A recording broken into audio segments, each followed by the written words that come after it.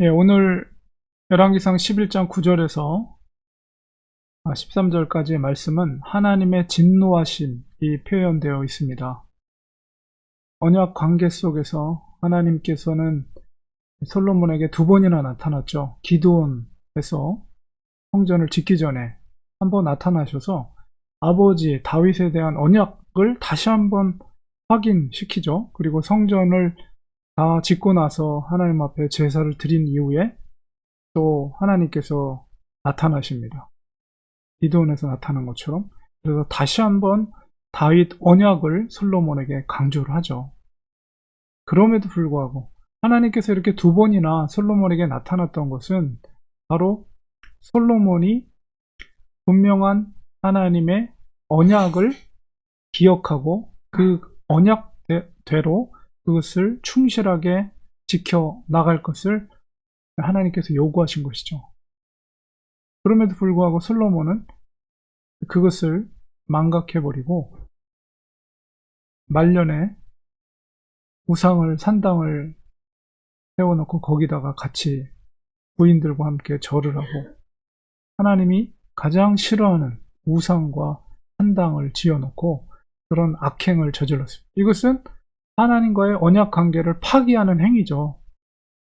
그래서 하나님께서 다시 한번 그에게 나타나서 경고를 하는 거예요. 그리고 두 번이나 나타났고 이번에 나타났을 때는 이제 그 너의 죄에 대한 대가를 치르게 될 것이다. 하나님의 진노하심이죠. 하나님의 마음은 사실 하나님의 백성들이나 하나님의 자녀들에게 고통을 주려고 하는 분이 아니세요.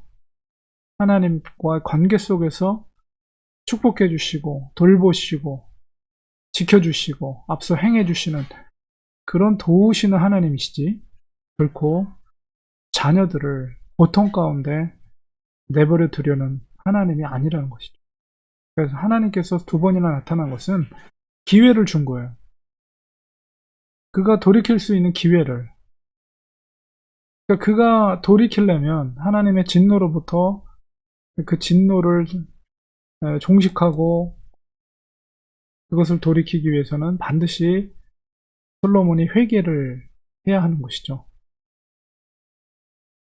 그런데 지금 상황이 어떻습니까?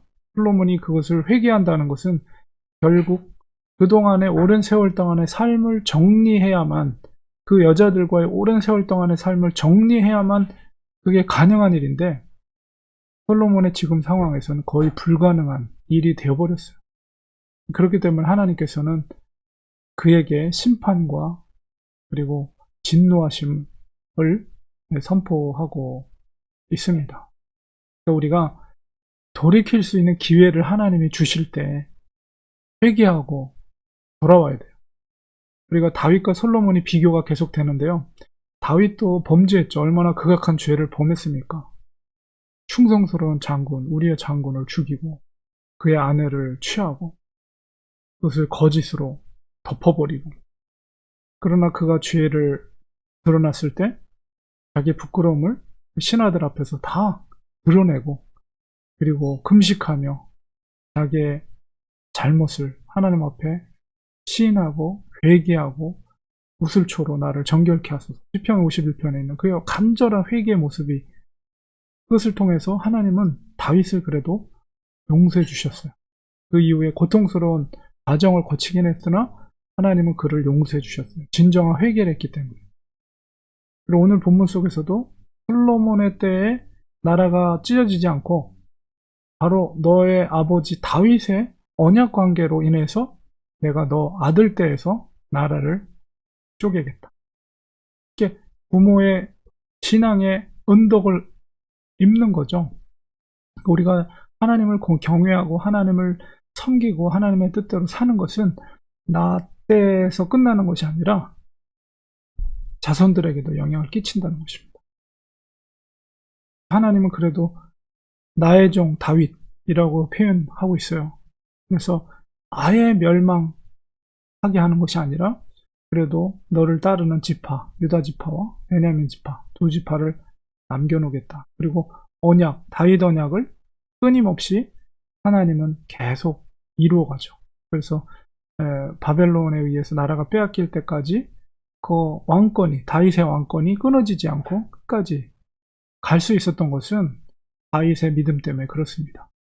결국 솔로몬의 이런 범죄함으로 말미암아 나라가 이제 두 개로, 10개 지파, 2개 지파로 갈라지게 되고, 바로 이스라엘의 고통의 시대가 시작이 된 것이죠. 그리고 이 책을 읽고 있는 독자들은 바벨론 포로 생활을 하고 있는, 포로기에 있는 자들이 읽고 있는 상황 속에서 왜 우리가 나라가 이렇게 됐는가에 대한 것을 솔로몬의 범죄함, 언약을 파기한 이 행위로 말미암아 비롯됐다는 것을 깨닫게 되는 것입니다. 우리가 인간이 연약하기 때문에 때로는 잘못을 저지를 수가 있어요. 그러나 하나님은 우리에게 회개하기를 기회를 주십니다. 우리가 그 기회를 놓쳐서는 안 돼요. 은근슬쩍 넘어가서는 안 됩니다. 그 죄가 있을 때 하나님 앞에 그 죄에 대한 분명한 해결을 하나님 앞에서 회개를 통해서 해결받아야만이 그나마 용서해 주시고 하나님께서 우리에게 복을 주십니다. 오늘 이 솔로몬의 이 범죄함, 언약을 파괴한 일로 인해서 얼마나 이스라엘 국가에 엄청난 문제가 발생하게 됐는가, 이런 것을 깨달으면서 우리 신앙을 지키는 것이 우리 하나만으로 끝나는 것이 아니다. 우리 가족과 가문과 교회와 그 모든 공동체에 다 연결이 돼 있고 영향을 끼친다는 것을 우리가 꼭 기억하면서 하나님과의 아름다운 관계를 계속해서 우리는 유지하며 주님의 법도를 지키는 우리가 되도록 하겠습니다.